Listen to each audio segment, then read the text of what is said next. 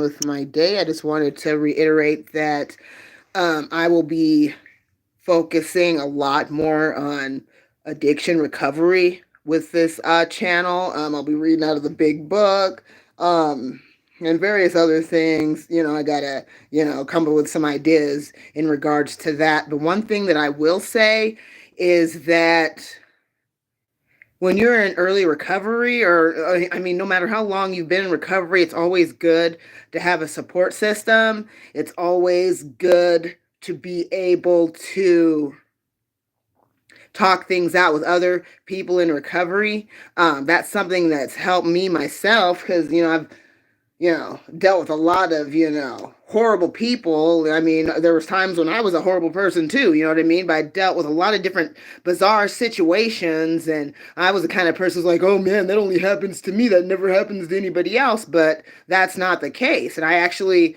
yesterday was talking to another person who was in recovery, and I asked her, I said, back when you were in, strung out on drugs, did you ever have people blackmailing you and threatening you and stuff? And she said, yeah, all the time.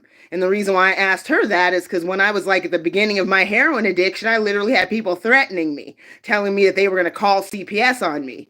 And it's like, if you had a heart and a soul, you would have called CPS regardless, because my kids should not have been around me when I was acting a fool. They should have been taken away immediately. You know what I mean? But there were these people, they would be calling me and or leaving messages or text messages saying, hey, you better do this for me. I'm going to tell CPS that you did this or that. I literally had a woman that I knew who I used to use with who literally called me one morning and told me that I better have her boyfriend to call her, because if I don't, she's going to go down to my job, because I worked at St. Vincent de Paul in Port Orchard, Washington way back then. So she literally called me on the phone and said, hey, if you don't do this and get a hold of my boyfriend and tell him that I want to talk to him, I'm going to go down to your job and tell your boss that you do drugs.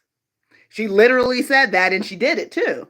And then I also had these people texting me, telling me that I better find them some women. Is it, if I don't find them some women, they're going to call, go down to my job and tell everybody that I use drugs, and they were going to call CPS on me and have my kids taken away. And I know exactly who these people are too. They're still living their worst lives, strung out on drugs on the Key Peninsula in Washington State. But, at the time I'm like, oh man, I'm the only one that's going through this. But no, when you get to talking with a bunch of different people who have struggled with addiction, and glory to God, they've been, it's been taken away from them. They're able to tell you a lot of different stories about what their lives were like. And dang, I thought it was bad when all these people I knew had invaded my house and took all the valuable things to trade them for drugs, right?